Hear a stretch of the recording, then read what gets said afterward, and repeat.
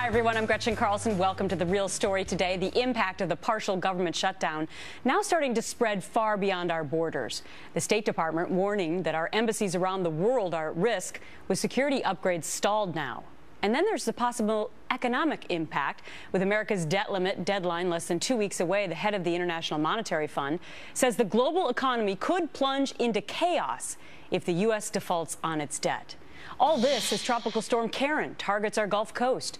Officials there concerned the shutdown in Washington could actually slow the response to that storm. We may not know that there is going to be an impact until there actually is one. And when we try to get a hold of somebody or try to do something and there's just nobody on the other end of the line. So despite the shutdown, the National Hurricane Center is still up online following the storm. The White House says FEMA is now recalling furloughed workers just in case. Meantime, on Capitol Hill, no shutdown solutions, but tons of frustration on both sides of the aisle.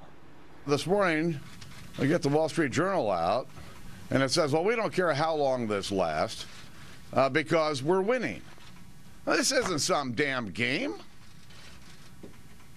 The American people don't want their government shut down, and neither do I. We've lost the respect of the American people. Mr. Speaker, this body, Congress, has lost the respect of the American people, and that's who we should be looking for respect from. Many Democrats and even some Republicans say they blame the standoff on the Tea Party, that the Tea Party is hijacking the GOP. Joining me now, Amy Kremer, chair of the Tea Party Express and co-founder of the American Grassroots Coalition. Good to see you, Amy. Hey, Gretchen, congrats on your new show. I'm glad to be here. Thanks so much. Are organizations like yours hijacking the GOP?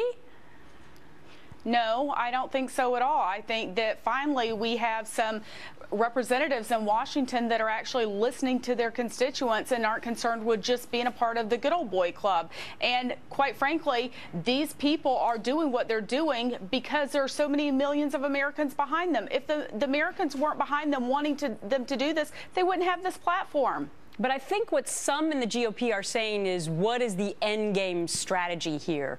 Here's an anonymous source, and I know that you have a problem with these people, not coming out and saying who they are when they give these quotes, but here's one of them. It was very evident to everyone in the room that Ted Cruz doesn't have a strategy. He never had a strategy and could never answer a question about what the end game was. How do you respond to that? Well, I wasn't in the room, so I didn't hear it. But I can tell you that I'm sure Ted Cruz could answer their questions. And my guess is whoever made that anonymous quote probably is one of the ones that voted with Harry Reid last week for cloture that's wanted to fund Obamacare. These people are more concerned with remaining part of the good old boy club instead of listening to their constituents and representing their constituents. And that's what's so refreshing and different about Ted and Mike Lee is they're not there to be part of the good old boy club. But what is the end strategy, Ted is doing exactly what he said. But Amy, what is the end strategy? The end strategy is to get President Obama and Harry Reid and the Democrats to come to the table and talk about this horrendous health care law that was shoved down our throats. They didn't have bipartisan support when they passed it. Exit polling from last year in November shows that it was unpopular then, and as more and more people find out about it, it gets more unpopular. But it so was a let's law, have a discussion about it. Right or wrong, it was a law that was passed 3 years ago. Is this the correct time to be bringing it up with the continuing resolution, or is it the case Gretchen, now? when is the right time? But let me ask you this. Is it the case now that the Tea Party is actually going to gain steam the longer this shutdown goes on? Because now we're approaching the debt ceiling discussion, and now do you actually have more leverage?